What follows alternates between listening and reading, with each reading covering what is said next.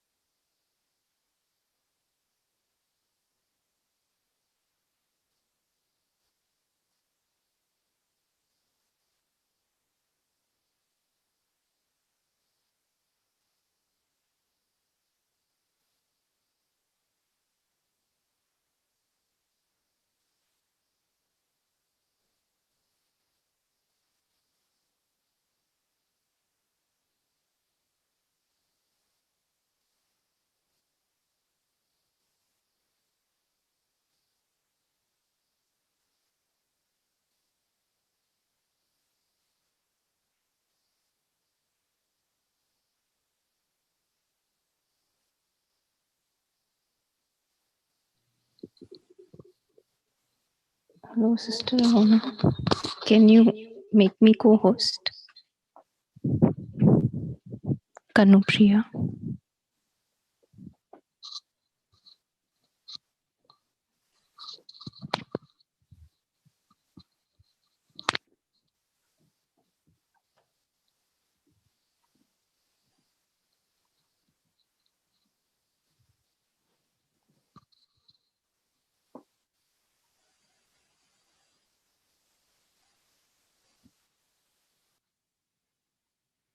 Hello, everyone, and welcome to today's Thursday session, Wisdom in Action series. And we are back to our amazing speaker tonight, Sister Judy Rodgers, who has been a media consultant and has been giving us her experiences, sharing her experiences uh, on so many Thursday nights. And I know personally many have called us to say that how they have benefited from her talks. So we are very, very glad to have her back. And today, the topic of heart, how to clean your heart. So um, that is a topic that all of us want to learn about and know about. So uh, I just want to mention that via Zoom, we'll also have an opportunity for participants who are joining us via Zoom to interact, ask questions, and share any comments or any experiences with Sister Judy. That's possible via Zoom. And the details, if you don't already have, if you want to interact, you could go to our website and the details are all there to join via Zoom. So, with that, and without much further delay, I will hand over to Sister Judy to take us through today's talk.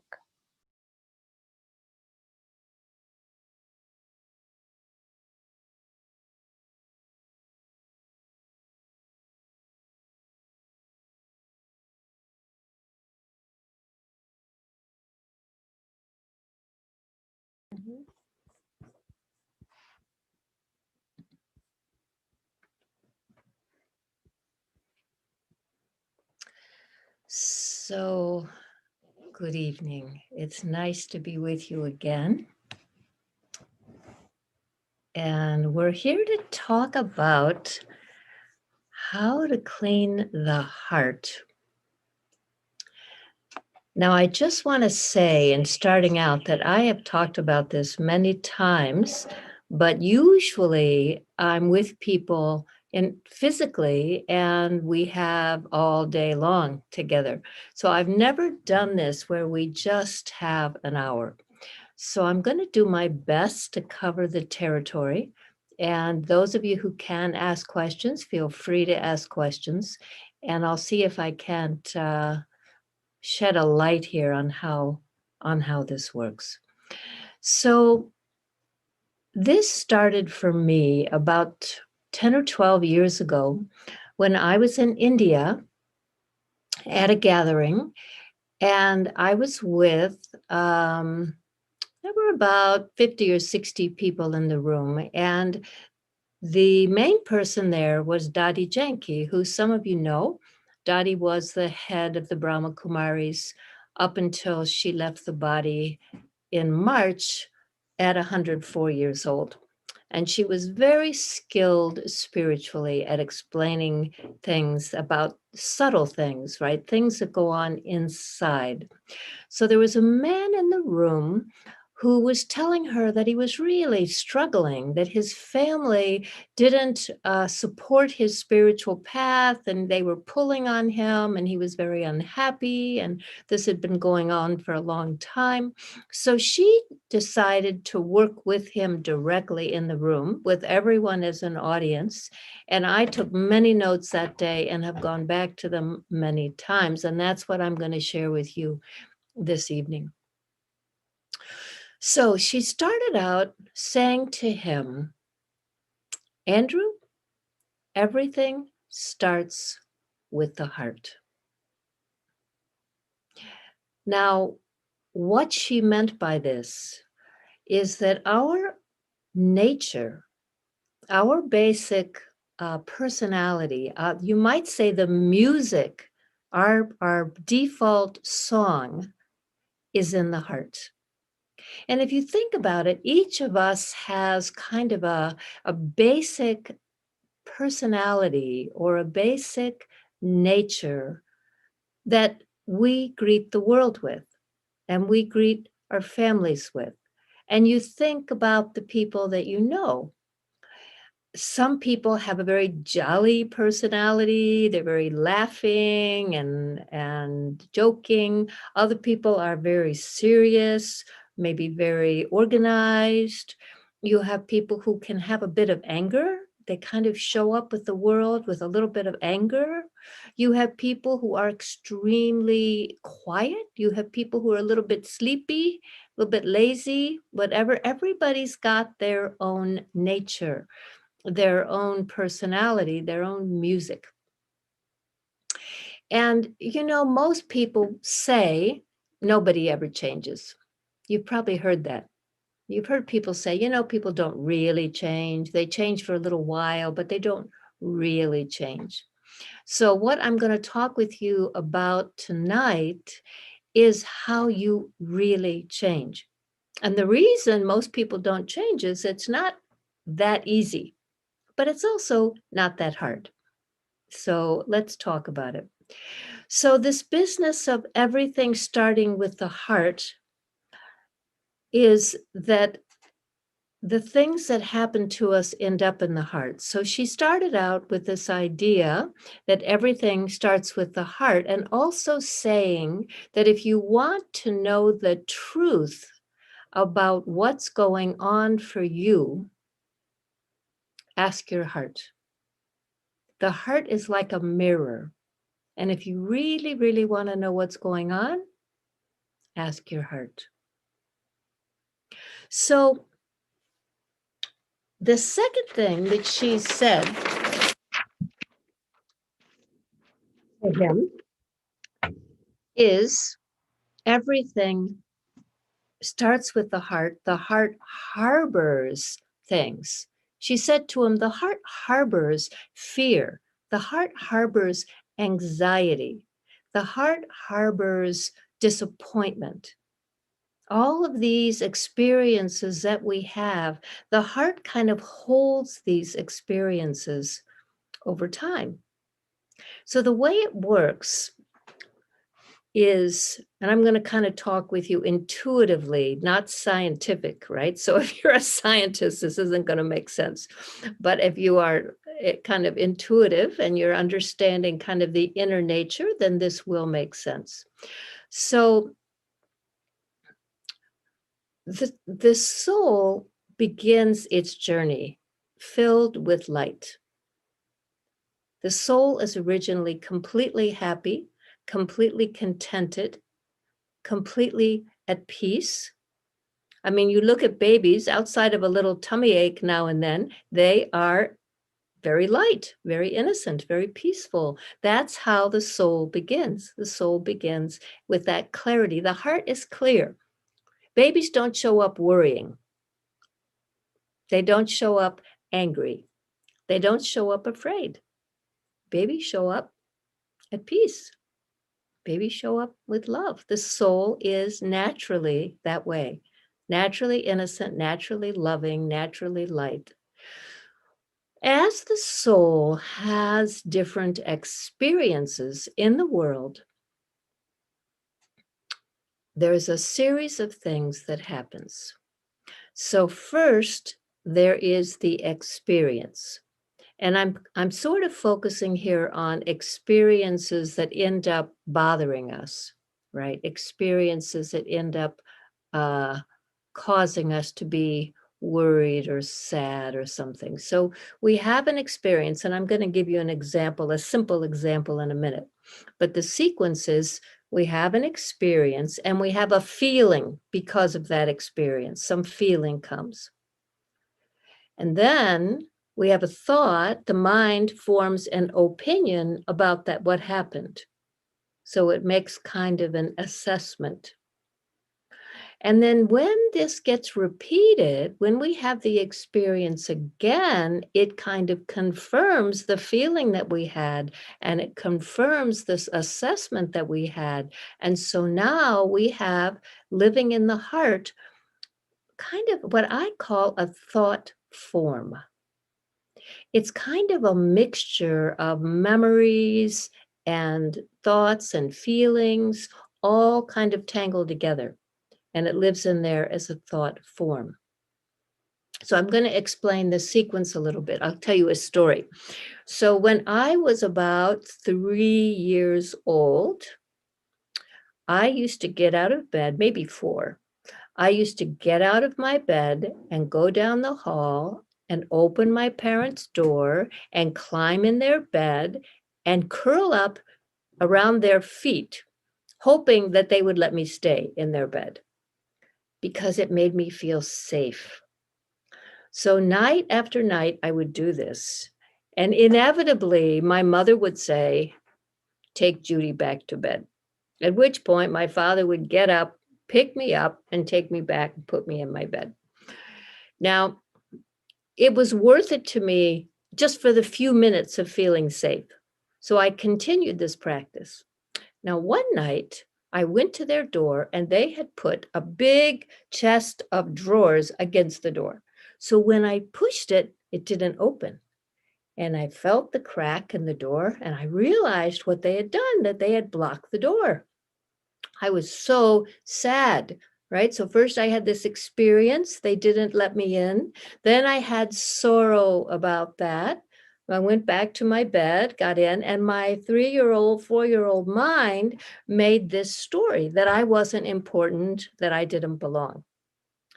Now, other things happened that reinforce that. So 5 years later, I'm going to a birthday party. Someone's supposed to come pick me up. I'm standing by the window and nobody comes. And I say to my mother, "I think they forgot me." And she said, "No, they wouldn't forget you." But then after about another 10 minutes, she said, "I think they did forget you." Now I've have reinforcement, right? I'm not important. I don't matter. I don't belong. I'm not invited. So this opinion about the self, and I'm giving you a really simple one, right? I'm giving you something very small to work with, but not everyone has very simple, small things that happen to them. Some people have very scary things that happen to them, or very sad things that happen to them when they're children. Now, when we are children, we can only make sense out of it as a child, right? I can't make sense out of it as an adult. Now, if I were an adult, I would look at that situation and say, these people had 2 children under 4. They needed to sleep. This one little one kept coming in and wrecking their sleep, and so they did the necessary, right? That's an adult explanation. But we take in the experience as a child. So the logic of a child is, I don't belong. I don't think they love me very much. So these things stay in the heart for a very long time. And not only do they stay in the heart, but they get bigger. So every time you have a similar experience to the one that you had, it reinforces the thought form that was there, and it becomes bigger and more powerful, has more power over you. So this thought form kind of grows until it's a big presence in the heart. You might actually think of it as a ghost. You might actually think of it as a little ghost that's living in your heart. So what happens is we then adapt our behavior based on this belief. So if I think I'm not lovable or I'm not loved, then I may do all kinds of things to make people love me. I may try to please them. I may try to be valuable to them so they want me included. I may become a people pleaser, all right, for example. Or if I had, well, you get the drift, right? In other words, the experience, the feelings from the experience, the mental thinking about the experience, the assessment about it, and then it recurs, the thought form gets bigger, and then I change my behaviors. Now it's a pattern that's a part of my personality. So I may have come in as a baby that presumed it was loved, but now I'm not so sure, right? So now I've got this kind of pattern inside that says I'm not loved. So this is a scary picture. So there is the ghost in the heart, right? These thought forms are of all kinds of things.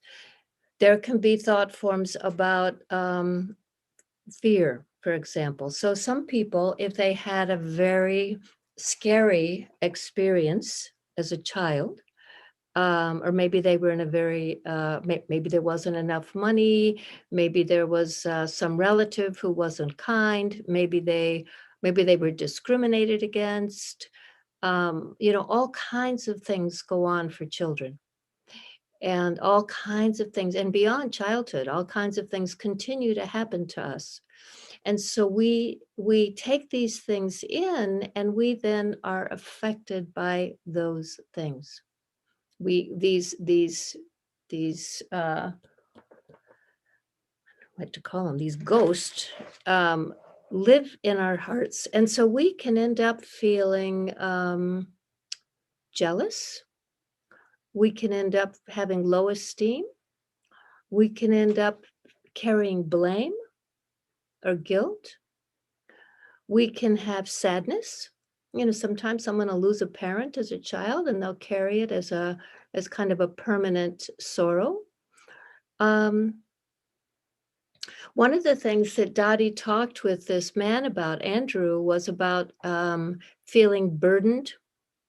If people always expect you to do things, then you may begin to feel burdened. I have a parent I have to take care of. I have this relative or this responsibility I have to take care of. I can begin to feel very burdened. And I want to note here that we may still have the responsibility, but it's how we hold the responsibility. It's whether we feel burdened. Do we feel like we're a victim?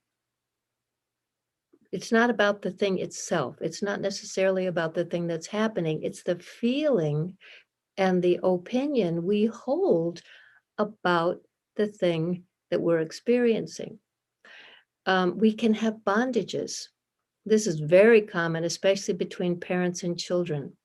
that we have these strong push-pulls. When Dottie was explaining to him about bondages, she said, bondages is like this feeling, this push-pull between two people. And with a bondage, you try to make the other person happy, but they're never happy. And when one of the people tries to leave, the other one has a lot of tears and sorrow, etc. So those things live in the heart, and they really torment us, right? You also, another thing that can happen to us is that things going on the outside can trigger these thought forms in the heart. So if I have a thought form of fear in my heart anyway, I'm afraid of dogs, I'm afraid of the dark, I'm afraid of crowds, I'm afraid of new things. I mean, people, if you have the pattern of fear, it won't just be one thing, you'll be afraid of a lot of things. Or if you have a pattern of worry, you won't just worry about one thing, you'll worry about a lot of things. And then when people think of you, they'll think of you, oh, she's such a worrier, or oh, she's so fearful, right? You weren't that way, but you became that way because this ghost, this thought form, was living inside of you. And so you continually were responding to the world as if this was real. So someone who has a thought form of fear can be going on a trip, a vacation, or a travel into work with someone who does not have a thought form of fear. So something can happen. One of them will be very afraid. The other one won't even notice. So the outer experience is the same, but the inner experience of the person is different because of this thing in the heart. If someone has a thought form of, let's say, let's stay with fear. Let's say that it might include a fear of being abandoned or a fear of being left. So what'll happen if they start to create a new relationship with someone, instead of just having a clean, good, strong relationship, that relationship will come with this inner worry that they might not stay with me. They might leave me. It could be anybody. Could be a boss, could be a babysitter, could be a nanny, could be anybody. But the fear itself drives that worry.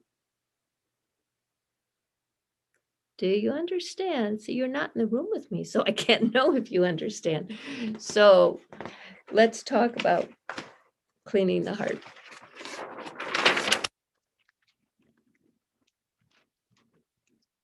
So when we talk about cleaning the heart, what we're really talking about is transformation of the self.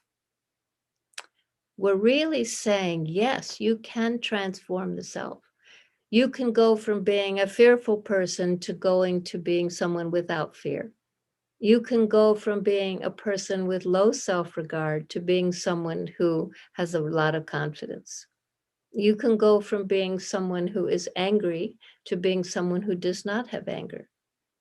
You can go from being someone who is impatient, I was actually quite impatient, to being someone who has a lot of patience. You have to believe that, because I'm telling you this is true. You can change. So I'm going to talk with you here about why you have to change. So if you do not change, if you remain someone who has fear in the heart or worry or anger, or any of these things we've been talking about, they will affect everything you do.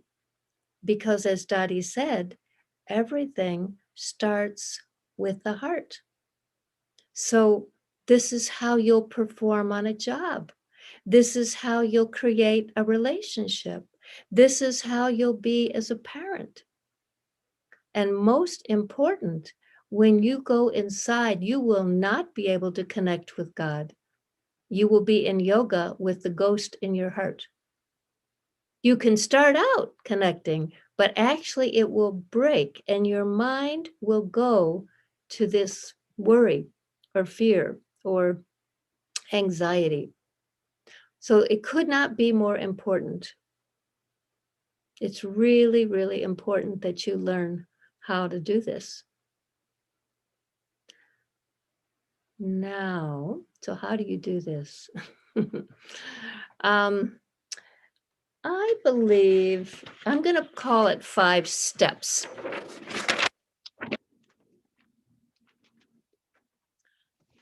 And you may not need to do all the steps, but I'm going to describe 5 steps to you because I think it will help you think about how to do this.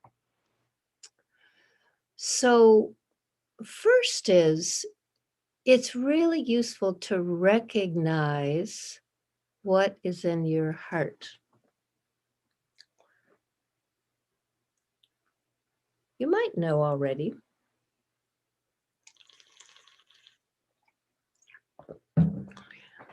You might know already, but you might not.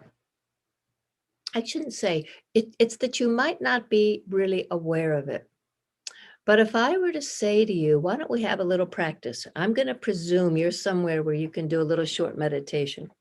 So if you're on a train, you're going to have to keep earphones on. So let's just do a little short meditation and just sit quietly for a minute with the awareness that we're going to go inside the heart and take a look around. So, and you can do this because you have this capacity. You have what I want to call a wand, like a magic wand, a wand of attention. So you can make your mind do what you want it to do. So let's practice with your wand of attention. So sit quietly and using your wand of attention, bring in front of you your favorite place as a child, a favorite place you like to go as a child. It could be your grandmother's house, it could be a park, it could be anywhere. So bring the picture in front of you so you can hear it. See if you can hear what it sounds like. And so you can see it. Even you can smell it. Got it? Okay, so now bring in front of you your favorite place in nature as an adult, where you would go right now in nature. And again, bring it so that you can hear it. Can you hear it? Leaves rustling, water, wind. Smell it. You can see it. Bring it in front of your mind's eye, right? The third time, bring in front of you the face of someone that you love very much. So it's right in front of you. You can see it, can feel, you can sense that person. And now go to the door of your heart and give it a tap with your wand. And the door opens up and you walk inside. Now, in your heart, there's probably light and love and all kinds of nice things. But I just want you to stand off to the side in your heart for a minute. And you don't have to see your heart. Not everyone is visual. You might just feel what's in your heart. But I want you to take a look around. We'll just take a minute for this and see if you can sense any thought form that has taken up residence in your heart and that you would like to have leave your heart. So I'll just give you a minute for that.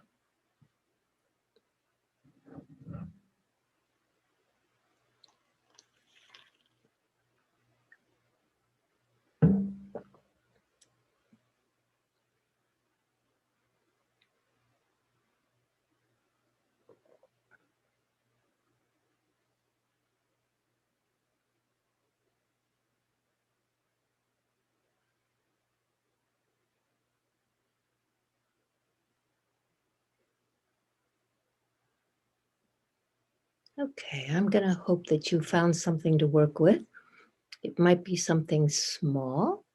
If it's too big, then then I might have you find something smaller, but because I'm not with you. If you were here with me, we could take all the time and do that. So the first thing you're going to do with this, and I sometimes, when I was working initially with this, I would write a letter to it, actually. But you can do it however you want. You can do it as a mind exercise. You can do it as journaling. You can do it, you could do it with another person you really trusted. But the steps are first to recognize that I have this thought form going on in my nature. You know, I have a tendency to be a little impatient, or I'm a little sad. I'm carrying sorrow inside that I haven't really cleared. Or I am really angry. I'm really angry about something, or in general, I carry a lot of anger or disappointment. I'm often disappointed with what happens, etc. So see if you can recognize this tendency, this pattern in the soul. A tendency to hold a certain feeling or a certain assessment. And if you can understand it, if you can understand where it came from, great. I don't think you have to understand it. But sometimes you do know. Sometimes you just know this is what happened, you know, this experience or this series of experiences. So if you can understand it, good. Say, okay, I know why it's there. You know, yeah, I have this and I know why it's there. Now, the third step is really important, which is you really have to have a lot of determination that you want to get rid of this. Determination is really important, and I'll tell you why. Is because these patterns, chances are this pattern has been with you for a long time. And so when something has been with you a long time, it's sort of got a place in your heart. You're used to it. You've kind of accommodated it. It's kind of like if you sit every night and watch television on the couch in the exact same place, what happens? There's a little dent on the couch, right? Where you sit every night, same little place. So if you were to not sit there, the dent is still there. Well, it's the same with the heart. This place you've been holding this.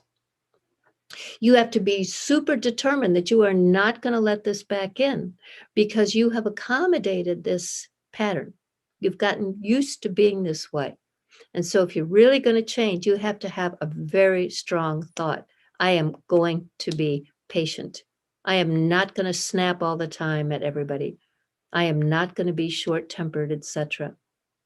Whatever it is, you have to have a real determined thought. And then step 4 is you affirm what it is that you do want. So if anger is my pattern, then what is it that I do want?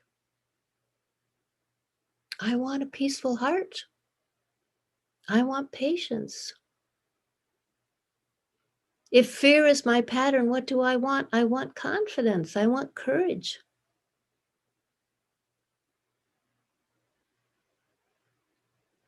If worry is my pattern, what do I want? What's the affirmation that I want? I want to have complete trust that everything's going to be okay. So this affirmation is about invoking the quality that you originally had in the heart. Now, you are not going to go get this outside. You already have this. Trust lived inside of you. Courage lived inside of you. Love lived inside of you. Patience, peace, those are your nature. You don't have to go find them somewhere. But as you affirm them, you are emerging these aspects of yourself. So recognize, understand, have determination. I'm really going to change this. Affirm, this is what I want. And now this is the step that really matters. Transformation happens when the soul links with the Supreme Soul, when the soul connects with God. It's magic. Now, why doesn't transformation happen when we call out for a change as a personality? Now, let me put that another way.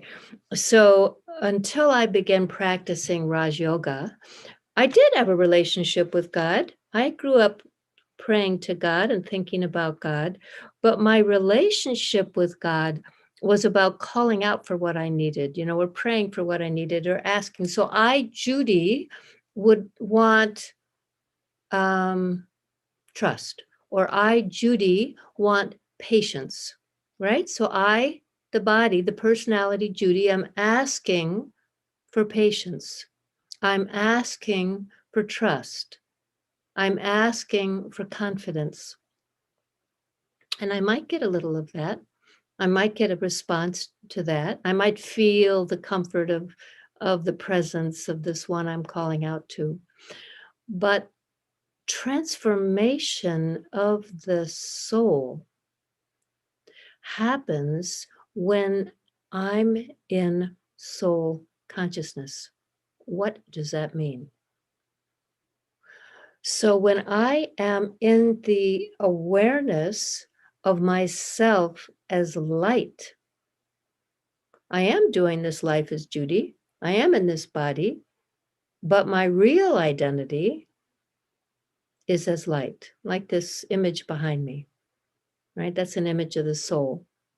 So the soul is energy, conscient, light energy. Soul looks through the eyes, the soul listens through the ears, the soul takes in the world. And the mistaken ideas that we get, like the ones I've been talking about, these thought forms and ghosts, come because we're in body consciousness. We're experiencing the world as human beings, not as the being, the light inside. So this last step here, linking with God's love, is actually the transformative act, you might say. It's the thing that actually changes the soul. So when I am sitting in that state, I might sit with this affirmation about what I need. So let's practice again here. So let's say that what you want is courage. Let's say that you're feeling a lot of fear. And there's plenty of reasons to feel fear, right? We have COVID, we've got economic uncertainty, we have fires burning. The list is very long, and there's all kinds of things we could be afraid all the time. We could be distracted all the time. But let's say we don't want to live that way. Let's say that we want to move through the world in a state of complete peace and confidence and trust. We want to move with the complete trust that everything's going to be okay. The soul, the soul, will be okay. And we want to have that trust. So when we make this link, when the soul links with God, what you're doing is you are bringing in So first thing you're going to do, I'll tell you, and then we'll do it. So first, you're going to sit as the soul, right? You're a human being, but you're sitting in the consciousness that you are a soul. You are the light behind the eyes. And you stabilize in that place. And then you're going to remember what this is that you want, this affirmation, what you're bringing in. So I'm going to bring in what? Should we bring in love? Love seems to conquer everything, right? So we'll work with love. So I'm going to bring in love because I'm not feeling very loved. I'm feeling like all those doors that closed, and I'm not feeling very loved or very lovable. So I'm going to work with love in this meditation. So I sit with the awareness. I start with a little bit of what I want. So if I want love from the source energy, from God, from the Supreme Soul, whatever you call this being, this source, you don't actually need to tell them what you need, because the nature of the soul and the source energy is such that the soul automatically communicates that, and the Supreme Soul automatically knows that. So I'm going to go with a little bit of the thing I need, and I'm going to send this attention up, and then I'm going to allow the current of that to come down. Okay? So let's try that. So, okay, you're sitting quietly. Your feet are on the floor. Your spine is straight. You're allowing for this current from God to come into the soul. So you keep your spine straight. Keep your eyes open. They're not wide open, probably. They could be. You could focus on this point of light behind me, or you can just let your eyes kind of quietly look at the floor or your lap. You don't want to fall asleep, so you're not going to close your eyes. And just take a minute and try to let go all the things in your surroundings that might distract you. So just acknowledge that they're there and then tune them out. If it's actual things like people, etc., just acknowledge they're there and then tune them out. Or if it's thoughts left over from the day, just acknowledge them. You might be flying around like a flock of birds. It's just let them settle on the telephone wire in your mind. Let them all settle. If there's something going on with the body, just acknowledge, yeah, and let it go. And each time you let something go, you bring your attention back to the soul in the forehead. Just let your awareness of the body quietly let go of the body. Let your awareness of the soul become your focus.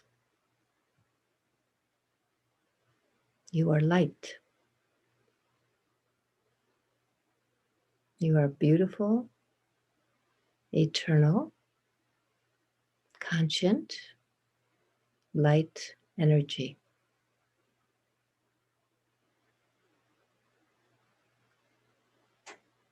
And in your original state, you're completely peaceful.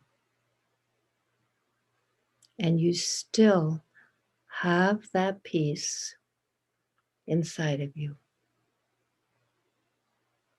And in your original state, you were completely loving. And you still have that love inside of you, even if it's been covered up by other thought forms. and you're joyful. You're completely happy, and you still have that joy inside of you. And right now, you're going to take love, the quality of love, and you're going to make it the focus of your attention, holding a little bit of love in your thoughts and in your feelings. Turn your attention up. And the soul knows God. The soul knows its father, its mother. So you don't need to tell it where to go. The soul races to that one. And that one knows the soul completely. This is your oldest relationship. And so when you come with that love, that current of love to the Supreme Soul, to God, what comes back to you is a current of unlimited, unconditional love. So just sit with it and allow yourself to experience that current. Just sit in the trust of that.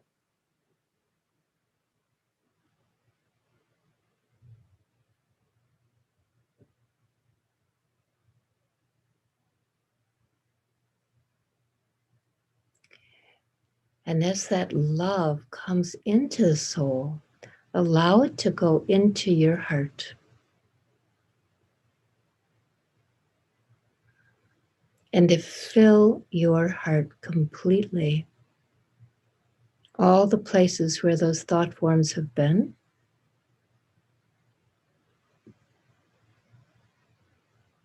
Allow God's love to just fill your heart.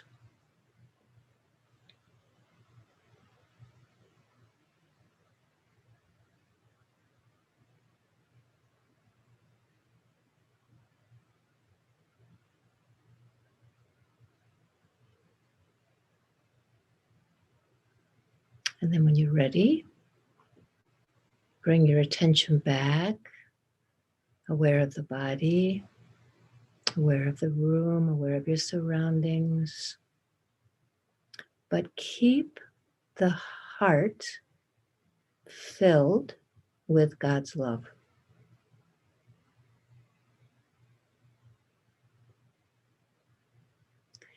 Now let's talk about this in the last few minutes we have. So when you take something out of your heart, you have to realize that the thing will want to come back, and you might be pulling it back. Because if you had the habit of feeling unloved, then you might pull back in that ghost of being unloved. Or if you had the habit of fear, you might pull that back. So you have to be very alert. And when that pattern comes to the door of your heart, you have to say, no. That's what your determination is about. No. I am not going to live like that anymore. And then you become aware of this love in your heart, God's love and your love. That's what replaces that dent on the couch where that thing used to live. You fill your heart. When your heart is full of love, the other thing can't come in. So at first, you have to be very vigilant. It's like if you've ever changed a habit, a small habit, you've gone on a diet or quit smoking or whatever, you know how persistent it is at first. So you'll have to be very, very alert. But if every day when you do your meditations, you become aware of this, then you will become strong in your new transformed heart. These ghosts will go. They'll be gone. And you will be in this new state. Now, you will still be aware. And I'll tell you a funny story. So about 3 weeks ago, someone very close to me, their secretary called and said, oh, so-and-so's number is going to change, so you'll have to call me in the future. And you know what came to my mind? Standing at my parents' door with the chest of drawers in front of it. Instantly. That's been over 60 years. And that still came back. But instead of upsetting me, instead of having all those feelings, I laughed. I thought, isn't that amazing how persistent our feelings are? And it was finished, right? So things will still happen. The world is crazy. These things will come to you. Feelings of disappointment and all of that. But once you are strong inside, when your practice does this, when your link is strong and you're persistent in your practice, you won't let these things in your heart. You will stop them before they come in. You can do that. You can see, I mean, you know who around you upsets you, right? You know what situations bother you. You know what images in the news bother you. So protect yourself. Don't let your heart be invaded by those things. You see, as you develop your spiritual practice, you become quite powerful. And what that means is, by being powerful, it means that you can control what you let in and what you don't let in. You can control what thoughts you allow to stay in your mind. You can control what feelings you allow to stay in your heart. And when you have that level of mastery, then you are really able to serve. Then someone comes to you with their sorrow, or someone comes to you with their fear, or they come to you with their disappointment. And instead of saying, oh, I'm sad too, or I'm disappointed too, or that's terrible, I can't believe that happened, you then give the situation what it needs, because you now have that. So when they come to you, you're able to say, no problem, it'll be okay. You're able to give them love. You're able to give them patience. You're able to give them confidence. You're reinforcing. You can be of service. And isn't that what we all want? Isn't that why we're on this spiritual journey? We want to be able to be strong for ourselves, and we want to be able to help others. So I think I'm going to stop at this point. I think you understand what I'm proposing to you. I'm saying to you that chances are that a lot of things have come into your heart over the years, and that you do not need to live with these things. You don't need to live with these patterns of fear or anger or impatience or worry or whatever. You can live with a completely loving and trusting heart. That is your aim in your spiritual practice. And you can do that. It's not that complicated, but it does require that you be really determined and that you really stay with your practice. This is not something you can do by meditating only when you're upset. So if that's your current pattern, if I have a bad day, I meditate, you need to change that. You need to meditate every single day, every single day. Ideally, you do it twice, at least. Once in the morning when you get up, and once at night. So in the morning, you're setting your intention for the day. I intend to be completely joyful today. I intend to accept what happens with great equanimity. I intend to be loving with everyone I meet. And at the end of the day, you sit to meditate and you say, well, how did I do? Well, I did okay. Maybe not perfect. There was that moment when I didn't do exactly as I wanted. So let me acknowledge that, and then let me let it go. So do yourself this favor. This is the time for us to be strong, to be spiritually strong. So don't let things live in your heart. Move them out and keep your heart filled with love. Your love and God's love. Om Shanti.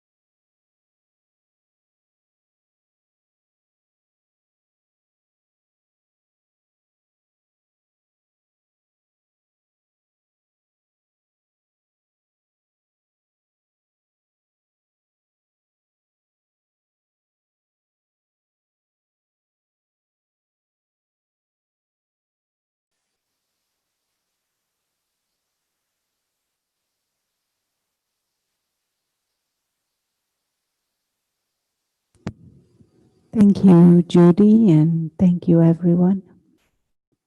Have a good night and see you again next week.